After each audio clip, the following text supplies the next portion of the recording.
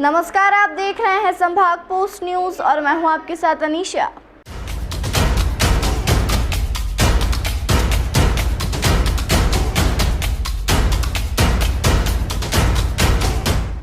इंदौर के बेलेश्वर महादेव मंदिर में पिछले दिनों रामनवमी के दिन हुए बावड़ी हादसे में हाईकोर्ट ने इंदौर कलेक्टर इलैयाराजा टी और नगर निगम कमिश्नर हर्षिका सिंह को नोटिस जारी किया है। नोटिस में कोर्ट ने पूछा कि इतने बड़े हादसे के लिए जिम्मेदार लोगों पर अब तक आपराधिक केस क्यों नहीं दर्ज किया गया। कोर्ट ने 4 हफ्तों में जवाब मांगा है। मंगलवार को एक जनहित याचिका पर सुनवाई हुई। याचिका की अगली सुनवाई जून के दूसरे सप्ताह में होगी। इंदौर के पटेल नगर में रामनवमी के दिन बेलेश्वर महादेव मंदिर में बावड़ी धंस गई थी।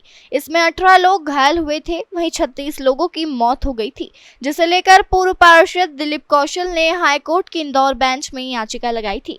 याचिका में जांच अधिकारी पर भी सवाल उठाते हुए आरोप लगाया है कि इस मामले की निष्पक्ष मैजिस्ट्रियल जांच संभव नहीं है। हाईकोर्ट को खुद की निगरानी में इसकी जांच कराना चाहिए। कोर्ट ने मंदिर ट्रस्ट और जांच अधिकारी को भी नोटिस जारी किया है।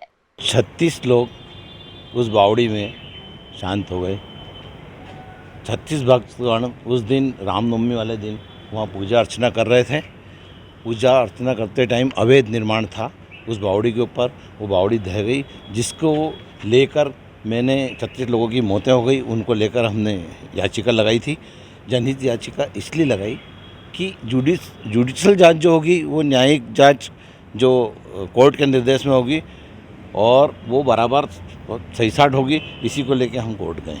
सर, लेकिन बावड़ी जब बूर दी गई है तो मजिस्ट्रियल जांच किस बिंदु पे होंगे? बावड़ी को तो खत्म कर दिया। बावड़ी को लेके हम एक आवेदन और दे रहे हैं। वो सारे जो सबूत थे नष्ट करने में लगे हुए हैं। किस किस को आरोपी बनाना? उसमें आरोपी नगर निगम है और कलेक्टर हैं, और जो बेलेश्वर की जो ये अध्यक्ष हैं वो हैं, जिसको लेके अभी आवेदन तैयार है जो निचली कोर्ट में लग जाए। पूर्व पार्षद दिलीप कौशल ने वरिष्ठ एडवोकेट डॉक्टर मनोहर तलाल के द्वारा लगाई गई है।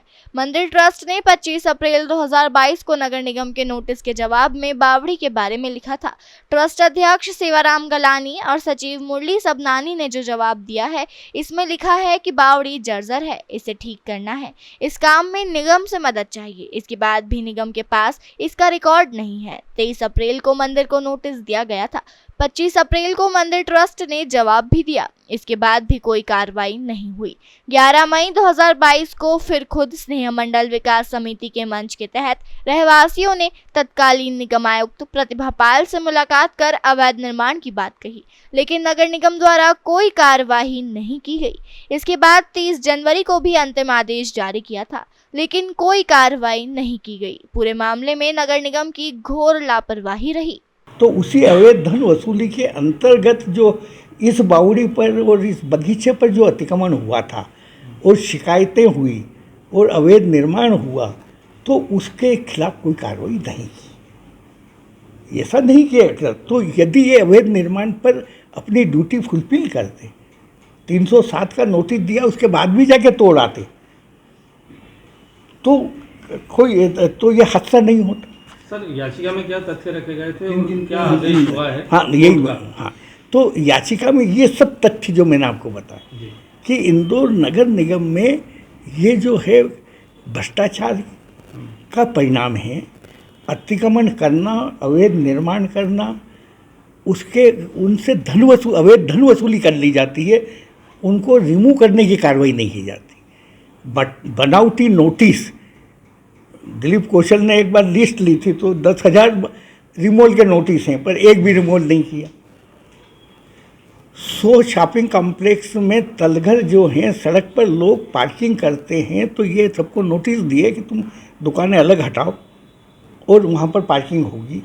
किसी भी एक पार्किंग को खुला नहीं किया। और ये सब जितने नोटिस देते हैं, रिमूवल के देते हैं, वो सब इसीलिए देते हैं कि खाली अवैध धन की वसूली कैसे हो। इसलिए इंक्वायरी कमेटी जो है, चूँकि डॉक्टर अभय बेड़ेकर की कार्रवाई है, अभय बेड़ेकर खुद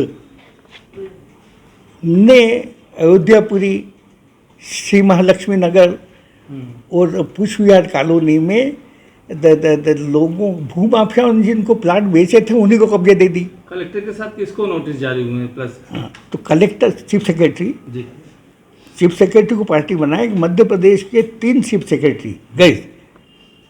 सुधीर रंजन मोहंती चीटिंग फोर्जरी का मुलजिम है, doctor Gopal Reddy cheating forgery का मुलजिम है, अभी जो इकबाल सिंह ये चीटिंग फोर्जरी का उज्जैन के हवाई पट्टी का वो। तो स्थिति ये है कि चीफ जस्टिस की ये स्थिति है यानी कार्यपालिका की। इंदौर नगर निगम भ्रष्टाचार में सब अधिकारी डूबे हैं सिवाय एक सूत्री। काम करने वाले मलाईदार पद पर सब प्रतिनियुक्ति पर आकर के बैठे हुए लोग हैं। तो इनको जनता से नहीं, इसलिए अभय बेड़ेकर जांच नहीं कर सकता, चूँकि उसके खुद के पास 3 साल से नगर निगम के 3 लोगों को नगर निगम तनख्वाह देती है और उसके घर काम करते हैं ड्राइवर वगैरह। तो एक सिटिंग हाईकोर्ट जज की नियुक्ति करने के आदेश दिए जाए, क्योंकि फेयर इंक्वायरी हो और जो इस हादसे के लिए कौन जिम्मेदार है अकाउंटेबिलिटी तय कर सके, और जो भविष्य में इस तरह के हादसे नहीं हो वो व्यापक जनहित में सुझाव दे सके। कोर्ट ने आदेश में जो दिया, जैसे नोटिस जारी किए हैं, तो उसमें कुछ समय सीमा दी है? नोटिस से कोर्ट ने नोटिस गवर्नमेंट यानी 4 सप्ताह का समय दिया है। बोले कि इसमें सबके जवाब आने के बाद ही हम यानी गवर्नमेंट ने क्या किया है ये तो देखें। सर, लेकिन जो बावड़ी ढह गई है उसमें कैसे जांच करेंगे? जब वो बची नहीं है तो फिर उसमें मजिस्ट्रियल जांच कैसे होगी? हाँ, नहीं तो वो भी जब हाईकोर्ट जज जांच करेगा तो उसके लिए भी अकाउंटेबिलिटी तय करेगा कि इसके सबूत नष्ट करने के लिए कौन दोषी है। हम तो यानी दिलीप कौशल तो आज क्रिमिनल केस जो दोषी हैं तोड़ने वाले उनके खिलाफ आज कोर्ट में क्रिमिनल केस लगा रहा है, क्योंकि हम इंतजार नहीं करना चाहते इंक्वायरी कमेटी का। इसमें आपराधिक मामले दर्ज करने को लेकर भी आपने बात कही, तो किन पर करवाना चाहते हैं? ये नाम तो एक प्रतिभा पाल, जिसको की जानकारी थी, जिसको व्यक्तिगत रूप से 11/5/2022 वहाँ के निवासियों ने शिकायत दी, तो इसलिए वो उसकी जिम्मेदारी है म्युनिसिपल कॉर्पोरेशन एक्ट में रिमूवल करवाए। उसने कोई कार्रवाई नहीं की।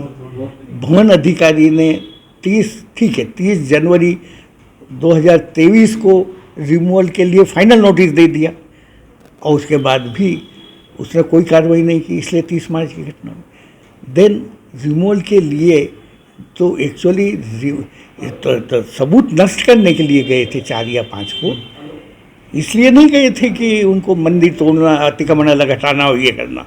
अतिक्रमण अलग 80 साल पुराना मंदिर तो अतिक्रमण नहीं था। इसकी भी उसके बाद बनी, मंदिर को बगीचे का पार्ट बनाया गया, तो मंदिर भी बगीचे का पार्ट था, बावड़ी भी बगीचे की पार्ट थी। उसके बाद में उनको नष्ट करने, उनको तोड़ने के पीछे एकमात्र कारण सबूत नष्ट करना। कलेक्टर को भी इसमें आपराधिक मामला बनाएंगे? कलेक्टर की जो जिम्मेदारी थी वो हाईकोर्ट जज तय करेगा कि उसने अपने अंडर के अपर कलेक्टर को कैसे इंक्वायरी ऑफिसर बना दिया। निगम के तो रिकॉर्ड में नहीं है कि वहाँ बावड़ी है। ये झूठ बोलते हैं। निगम ने वहाँ मोटर यानी कि जो बावड़ी पर जब सब लाशें निकाली गई तो वहाँ नई इलेक्ट्रिक मोटर लगी हुई थी, इलेक्ट्रिक कनेक्शन था पुराना जो कि कटा हुआ था, वो पाइपलाइन थी जिससे पानी बाहर निकलता था। बहरहाल याचिका की अगली सुनवाई जून के दूसरे सप्ताह में होगी। इंदौर से द नेशन टाइम्स की रिपोर्ट।